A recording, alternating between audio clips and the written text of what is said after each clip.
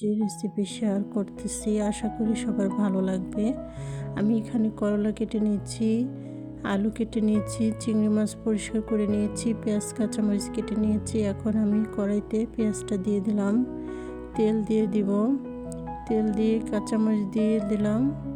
এখন আমি পেঁয়াজটা একটু ভেজে নেব, একটু বাদামি কালার হয়ে আসলে তারপর আমি এখানে চিংড়ি মাছটা দিয়ে দেব।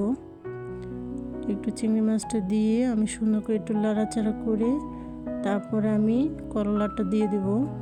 করলাটা দেওয়ার পরে আমি একটু আলু কুচি করে রেখেছি সেটা দিয়ে দেব। তারপরে আমি এটা একটু নেড়ে চেড়ে সুন্দর করে আমি 5 মিনিট রান্না করব।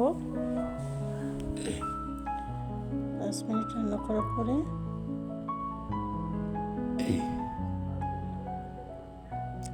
তারপরে আমি একটু নেড়ে চেড়ে আমার ভাজিটা, আমি এখানে ঢাকনা দিব না, ঢাকনা ছাড়া ভাজিটা করব। আর কখনোই করলা ভাজি ঢেকে রান্না করবেন না, তাহলে দিতে লাগবে।